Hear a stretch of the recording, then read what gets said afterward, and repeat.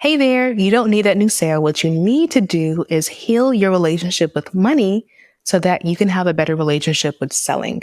You have had dry months with no leads or prospects in your business at the moment, and you're wreaking desperation when you hop on that sales call.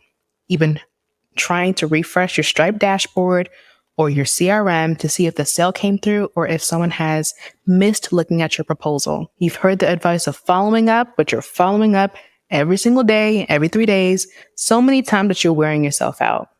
During a sales call, they're saying a verbal yes, but what they really were doing was playing in your face, or so you felt that. Decentering money will help you release that desperation for the next sale.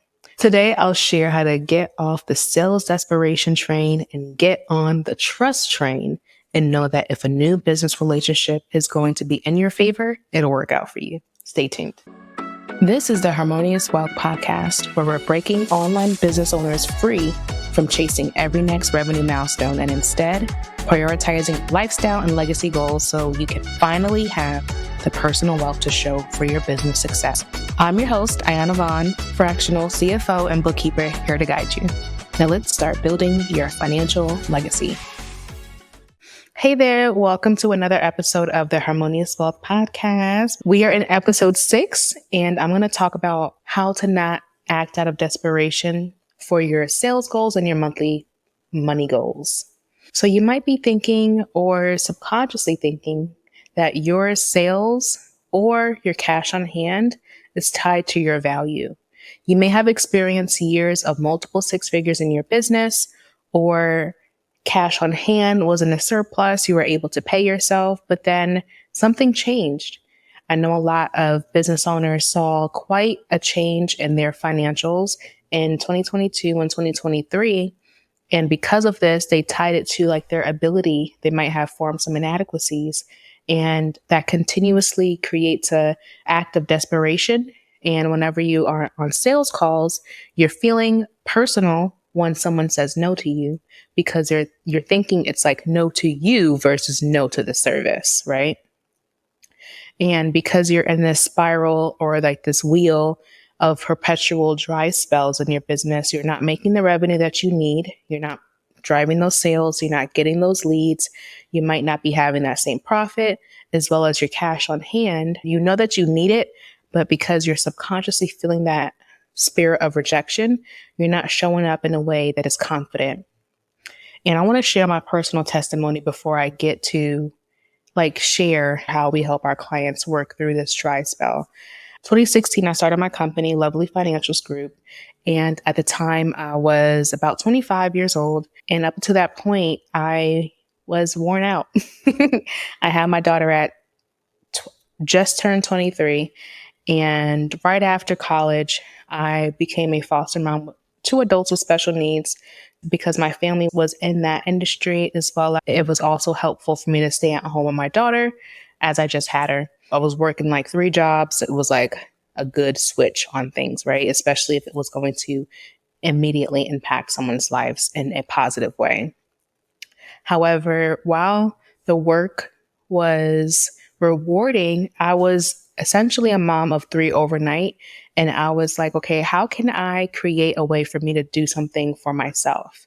And that's when I got into like crafting. I got into like blogging, and that introduced me to the online space. This was about 2015 when that happened. I was witnessing women in the online space crushing their goals, creating like financial success for their families, generational wealth. But the one thing that they were afraid to talk about was money. That was something that I loved, was accounting. So they were afraid to talk about money, afraid of taxes. And during college, I took accounting courses and I loved them. So my degree is in healthcare management, and I dreamed to be a CFO at a hospital one day. Now I'm a CFO of small business owners, so that actually worked out in its favor, right? But at the time in 2015, I was like, I want to be able to help these women understand their money so that their tax season isn't stressing them out. I'm like, okay, I don't have the bandwidth to go back to school, but I do want to have a way to immediately help them. And that's when I invested in a program to help me conceptualize what I learned in accounting and create a bookkeeping business. So 2016, I started doing bookkeeping for bloggers and small business owners, and they were getting their bookkeeping done by us. And then the next gap was, okay, how do I actually read these reports, right? So I would have monthly meetings with them to help them understand what their financials are telling them. And then the next gap was, okay, what do I do with this information? So as someone who loves data, right? I'm like, this type of client did this thing, not to share exactly what it was, but like creating guidelines on, in this industry, I see clients spending X or investing X on this thing. So this is how we can improve your business and seeing how it works for you. Or say, okay, how can we improve your profit so that you can pay yourself what you need? So I was filling in these gaps, and then it turned into me helping clients make their seven figures, right? Their first seven figures, their first six figures, multi six figure years. So it was 2 years when I was into business. So in 2018, I had since stopped doing the host parent job, which is the foster mom to adults with special needs. The term is really a post parent to adults with developmental disabilities. So as I took those 2 years to kind of transition from that position into my business, working full time, and then I hit financial rock bottom. I was a single mom at the time. We moved to an apartment and things were going great, but I was like overworking myself. I worked very hard for my clients. And while that was very beautiful for me, I neglected my own financials. So there were times where I ran into late payments for rent, credit cards going out of the wazoo, right? Like I wasn't taking care of myself. I was just like really focusing on clients and not making better financial decisions for myself. At the time when I hit rock bottom was when my car got repossessed. And I was like, wait, hold on. Wait, we got to figure this out. We got to figure this out. I neglected my financials to the point where there was something inside of me mentally not taking accountability for my own financials. So it was like, all right, if you're not going to take care of it, this is going to happen. And hitting rock bottom was like, oh, I need to treat myself like I would a client. How can I give the same grace to my own financials like I would a client? And how can I like actually look at my numbers and create the same steps that I help my clients improve their numbers on to myself? Like I've witnessed clients go from like 300,000 to seven figures the next year. I've witnessed like talking to clients, tax preparers, and telling them like, hey, we're projecting X amount in revenue, X amount in profit for the next year. Like, how can we be more proactive? So I promised myself I would never get to this place again. And I looked at my numbers like a fine tooth comb, like a magnifying glass, because when you are in the airplane, you got to like help yourself before you help others. So I turned to, okay, I need to do my numbers first. I need to do my own bookkeeping, business bookkeeping, personal bookkeeping every single week, look at my reports every single week, every single month. And that helped me create finally a six-figure business in 2019. So I like to say, like, for the first 3 years, I was not doing business right. So 2016, 17, 18, your girl was not doing business right. So finally in 2019, I got my first six figures. 2020, I doubled my income. 2021, I increased my income substantially while still maintaining healthy profit margins on average of 40%, because I then changed my tax structure to an S Corp. So all that to say, things were going well. However, there was a misstep in how I was then operating my business with team processes and getting the right fit clients. And that led to underpricing my services despite me making the most money I've ever made. I left money on the table because I was underpricing, and then I was over compensating that underpricing to doing the most for my clients and taking in non-right fit clients, and then also keeping team members that wasn't best fit for the team, for the company overall. And that led me to have spiritual rock bottom in 2022. The missteps with my financials, like the systems, right, led to my financial rock bottom. The missteps in my business operations led to my spiritual rock bottom because I was extremely taxed, physically not taxed. I was extremely burnt out. And at the time, found love. I was expecting, I had got pregnant, and I found out New Year's Eve 2021. And it really impacted my life because my mental health saw a decrease. I found out I was pregnant on New Year's Eve 2021. And by February 5th, trigger warning, I experienced pregnancy loss. So that led me into that spiritual rock bottom where I blamed myself because I was overworking myself. And the business started to implode on itself because of the lack of structure, team wise and processes wise, in getting the right fit or keeping right fit clients, and missteps and mistakes on my front. Because as a CEO, everything is my fault. And when you're the boss, everything is your fault. And it's your responsibility to improve it, right? So the business took a hit. Revenue, monthly recurring revenue, saw a constant decrease. My expenses stayed similar, and that means profit wasn't where it needed to be. And at the end, I started to live off of my savings. And as the dust settled and I started to heal, that's when I was like, okay, how can I improve my financial picture, right? I want to strategically increase my sales, obviously, right?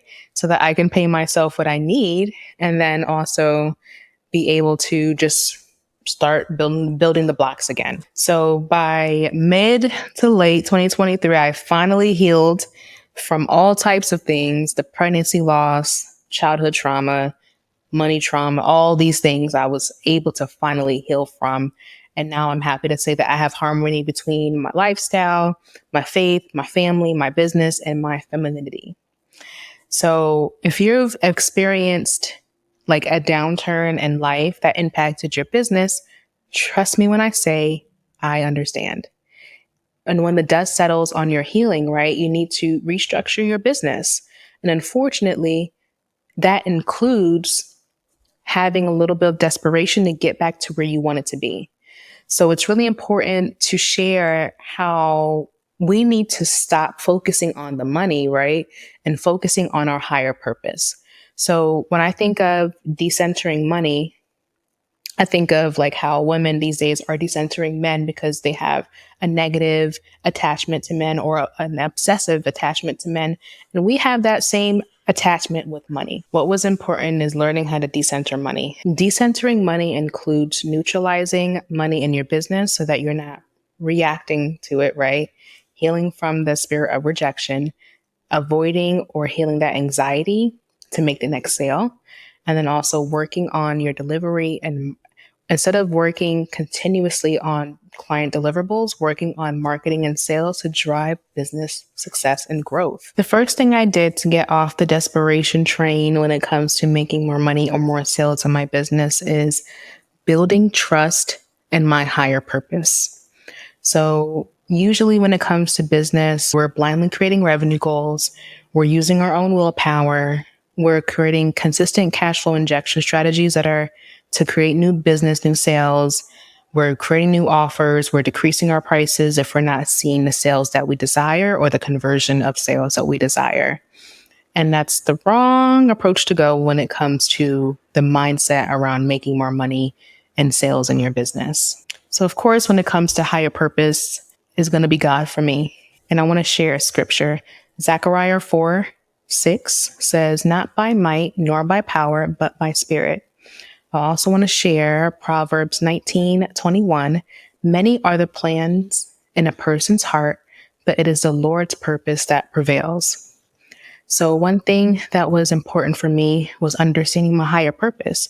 In 2023, after hitting a spiritual rock bottom in 2022, I was able to fully heal myself. I'm always in the state of healing, but fully heal the biggest parts of myself and have a connection with God. And that led me to really seek what the blueprint of my life is going to look like, because I'm a true believer that a business should first serve others, and then the business should be supporting you. So understanding my purpose blueprint is me having a better relationship with God and maturing in that relationship and learning how to first love God, which helps me love myself, which helps me love others, and loving others helps me serve them more effectively or more deeply. So while decentering money and decentering people or people's ideas, right, helped me have a better relationship with them, because their thoughts about me or the lies I told myself was no longer in the forefront. It was God in the forefront. And that helps me show up better for client meetings, team meetings, or myself, right?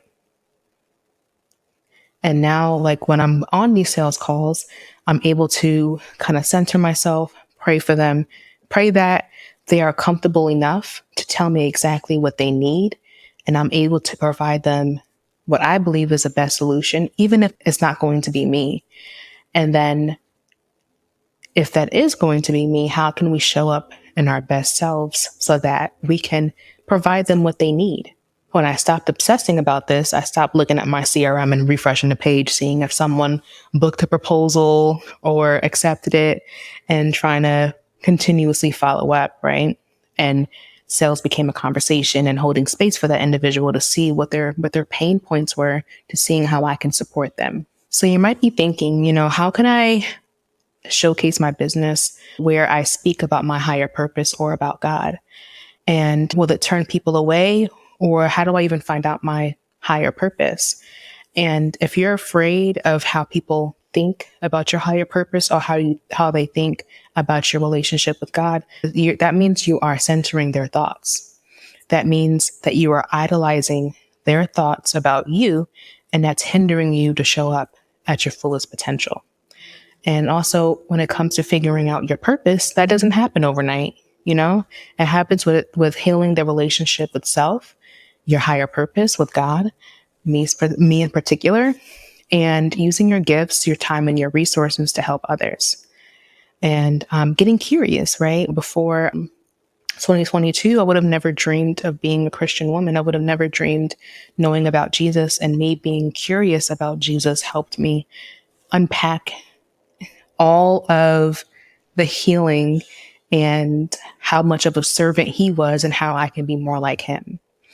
And you might be thinking, how can I implement that? I'm not telling you what to do, but I'm most definitely suggesting that you kind of work on understanding what your higher purpose is.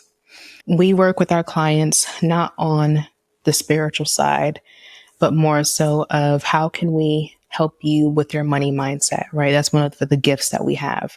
And of course, with a 12-week program, we have a profit planning intensive that is 12 weeks.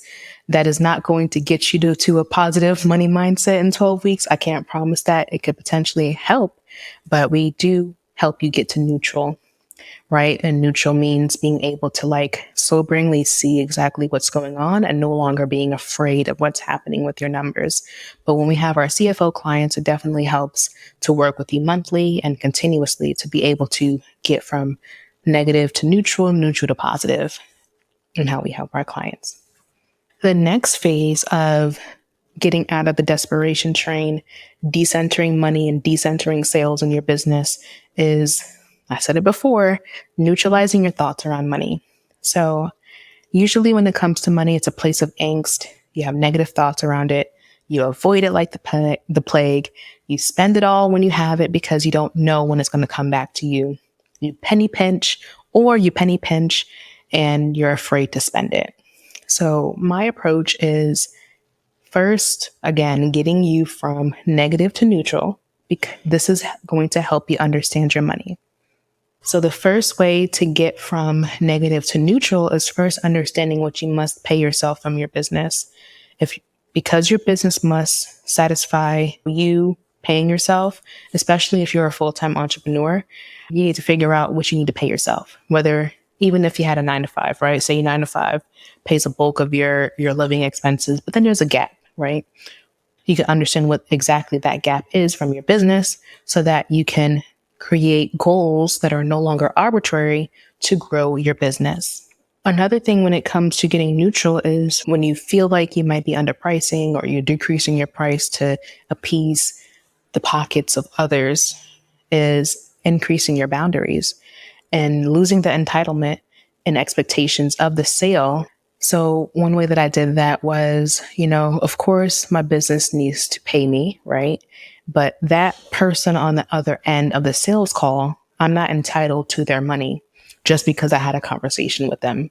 So once I released that expectation, instead of refreshing my CRM screen, I let it go. And when the sale did come in, I'm like, oh, that's great. It was a pleasant surprise for me, right? Versus attaching myself to a specific reaction. In 2023, as I was rebuilding, up until that point, my business grew on referrals. And, referrals are great, but then you can't rely on that 100%. And you need to be able to market and actually sell. I realized that my skill set was not in marketing or selling, and that was okay. I was able to take a calculated risk, an intentional risk on increasing my skill set in marketing and selling. And I first invested in $1 Million Email by Kirsten Rodan, and that helped me get out of my head and do email marketing. I was still in a social media hiatus, so it was great that I didn't have to do any social media marketing at that point. And then I invested in Five Figure Freedom by DL Sharon, and her program was able to help me create a more positive mindset around sales calls, which are just conversations, right? And I was able to implement her strategies of creating a treatment plan specific to a client, but maintaining having a productized service at the end of the day, but making it personal to them. So with this, being able to understand your numbers and be neutral, you'll be able to say, okay, what are the gaps in my skill set or the gaps in my business that I can use to help me improve my business? Now that I'm also detaching the expectation from it. So you might be thinking, I actually need that sale today. I really do need it. So to preface this, if you're an average person, you're not living in extreme poverty, you're not being taken advantage of, you're safe, right? Let's neutralize the thought that while your business does need sales, you don't need that sale. You don't need that person. You're not entitled to their money, right? You might need to find alternative ways to create income for your personal life so that you're not stressing yourself out in your business to make that next sale. And that can be even saying, I'll do what it takes, whether that is a part-time job if you're a full-time business owner, just to be sure that you're paying your bills, or working on effectively decreasing your personal overhead, right? Decreasing your personal overhead means you're decreasing your monthly bills. Strategically, that can be, in my case, maybe paying off debt. That can be cutting expenses, right? So you doing those things can help you be able to not necessarily feel like you need the sale. So with us, we're different than a lot of bookkeeping CFO firms because we care about your financials holistically. And when we work with our clients, we'll figure out what are your immediate lifestyle goals? What do you actually need to pay yourself? And what do you need in your business to improve your financial picture? And that way you get out of the survival train to thriving. Alrighty, so the third way to stop desperately wanting the sale and desperately wanting more money is, we went from focusing on our higher purpose, neutralizing our thoughts around money, and then now we want to master our masculine and feminine energy when it comes to money management. This is something that is fun because this is the first time I'm publicly sharing my energy or masculine and feminine energy philosophy, and I'm so excited to share. Usually when it comes to business, as women especially, we have a lot of unbalanced energy, so we're acting in our masculine a little too much, right? Or we're insecure, right? We have that pick me energy. We want to be chosen. We don't have a healed attachment style, right? We have a sense of scarcity and we're self-sabotaging. A big thing that we all should consider is understanding what is your attachment style to money. We talk a lot about attachment style in relationships, but how are we attached to money?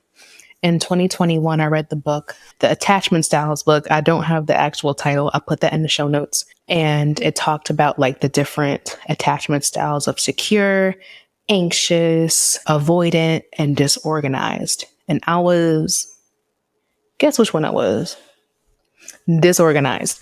So I had disorganized attachment in relationships, romantic relationships in particular, where I would be clingy and then distant, detached, then all over you. I want to talk to you too. I'm just going to ignore you and throw everything out the window. And that's almost exactly how I was acting with money, right? It's like I knew money, I understood it, I knew reports, I worked with it every day. So let me just avoid looking at it because I'm gonna help somebody else. Or how can I spend this money before it goes away? I didn't have that mindset to like have a more healthy relationship with it. So my approach with this to help others with their energies is like, I'm not going to say I am an energetics coach or nothing like that, but more so I can ask clarifying questions to say, okay, how are they acting in their business? Is it balanced, or how can I ask the right questions so that we can help you move in a better way? Once I got neutralized, I was able to gain the practical skills to shift from neutral to positive. In the background, while healing myself, I was also investing in healing my feminine energy. And I got into cycle syncing, which is like creating a calendar based on your cycle and how you best perform, or slowing down when you need to rest, right? And I got into some courses, and there was a book that I read called Fascinating Womanhood late 2023 that really helped me kind of put everything I learned all together in like one book and implement it. So the shorthand, this is going to be fun. Masculine energy in your business, right, comes from knowing, leading, and automating. Knowing in your masculine energy involves understanding your finances, first and foremost. Understanding your business, where you're going. It helps you like actively neutralize your thoughts around it. And then you know that so say if you're nervous, once you know you're not starting at zero when you're looking at your numbers. You're getting from discomfort and worry to more so, okay, I'm aware. The next area is lead. When you're leading your money because you know, you're telling it where to go. And then you're saying, how can I improve by having maybe multiple income streams? How am I dictating where my cash flow should go? How can I lead my team to follow the vision of the company? And then the third is automate. Automate is like having everything on auto pay. Automate is like having automatic transfers and making sure all the invoices are paid, bills are paid, having your transfers be automated through a system like Profit First, allocating your cash where to go versus just reacting to it when it comes up. So with one of our clients, she has a project-based business, and we helped her understand, right? She knew it, she led it, and now she's able to automate, and she's able to automate her cash flow where she has at all times 50,000 and more, right? And she's automating her Profit First. Like her income account comes every 10th and 25th, it transfers to where it needs to be. And it's all automated. It's kind of like a flow where it just flows on its own without her having to actively think about where her money should be. And this allows her the confidence, right, to act in her feminine when she's at home or even in other areas of her business, because she knows that she's able to attract reoccurring clients for multiple projects. She's able to focus on how to deeply work with her clients more because she's not thinking about cash, right? She's able to contribute to her retirement, and she's able to enjoy her personal life more because she's able to have that automation in her business. Feminine energy in your business is when you attract, you enjoy, and you magnetize. So attracting is being a beautiful place to land when someone comes to your website or your social media or in your email, right? Or when you're in their email box. Another is like you're a welcoming place to land. Like you're welcoming, right? When you're attractive, people pay attention. And if you're welcoming, people want to stay around, right? And you're no longer underestimating yourself. You're no longer comparing yourself because you're able to just exist, right? And know that you have what someone might need, the right fit client. you know that you have what they need, right? Another is enjoy. When you're able to know, lead, automate, you're able to effortlessly attract and enjoy, right? You enjoy what you earn without guilt. And this is you being able to enjoy what you earn and being able to spend without worrying. And you're able to release your money with love. Another is the magnify, right? I like to think of magnify as like when the saying of like when you find the right partner, you magnify each other and you get even better. So when you know, lead, automate, you're able to attract and enjoy. The more that you're able to be in existence of that feminine energy, you're magnetizing, you're getting better with time. You're gaining wisdom to attract not only the right fit clients, but you're helping them attract their right fit clients or attracting and helping in their business. And you're able to magnify and reach more people. One of our clients, she has a coaching business and we've been working with her for years, right? Before she even had 6 figures, we've been working with her. So very long relationship. We had helped her get first neutral to her money, and getting neutral in her money left her the ability to work on her own, like positive money mindset on her own. And she was able to understand what was happening in her business. When she had that deep understanding, she was able to then work on her own feminine energy. And now she's able to showcase and show up in a healthy way when it comes to earning money and lovingly releasing it. So knowing the positive or the balanced version of those energies, here's how to know that they're unbalanced. First, when you know that you have an unbalanced masculine energy is when you're competitive, you're overly controlling, and you're obsessive, you're defensive, and you're so rigid with your spending. Okay? When it comes to the unhealed feminine version of your energy when it comes to money and your business or selling is sitting in that spirit of rejection, feeling insecure, right? Like you're triggered all the time. You lack emotional control. And that doesn't mean that you're irate with all your customers, but you're just kind of with yourself. Like you're looking at yourself like, and it's hard to control how you feel. And you're scared because now there's no provision or leadership on the masculine energy side. So now you're just like, I don't know what's going on. And you're splurging, right? It goes from enjoyment to overconsumption, just enjoying a little bit too much. And then now you didn't have a provision of how to spend it. You're just going to spend it all. So when it comes to getting neutral or finding some balance, if again, first comes to understanding what's going on, right? So with our clients, we do our money education session to help you understand what's going on. We do your cash flow forecast to say, okay, this is the gaps in cash based on the particular week of the year. And then this allows you to space, like once you neutralize and you kind of understand what's going on, you're able to then take that time to actively heal your feminine energy. So I hope this helped you. Let me know in the comments below if you're watching on the YouTube version, which energy have you most recently been operating in your business? Is it more of the masculine or feminine energy? How has that been impacting how you show up on business sales? If you're ready to learn how to pay yourself well and consistently in your business, stop creating arbitrary goals, and increase your profit in your business, join my weekly series, Soft Life Sundays. To avoid living paycheck to paycheck, or better yet, Stripe payout to Stripe payout, you need visibility on your personal funds so that you can be able to pay yourself well.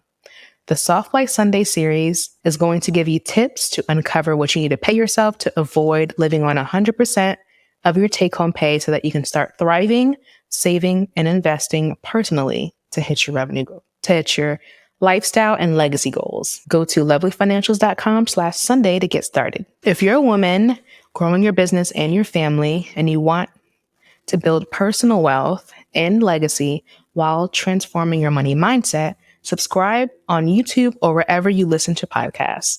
I'm on a mission to help 100 women reach at least 1 million in net worth to create generational wealth and break generational curses.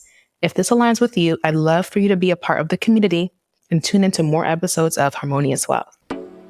Hey there, girlfriend. If you're ready to finally have the lifestyle and legacy to show for your business success, I would love for you to click that subscribe button on your favorite podcast app or YouTube.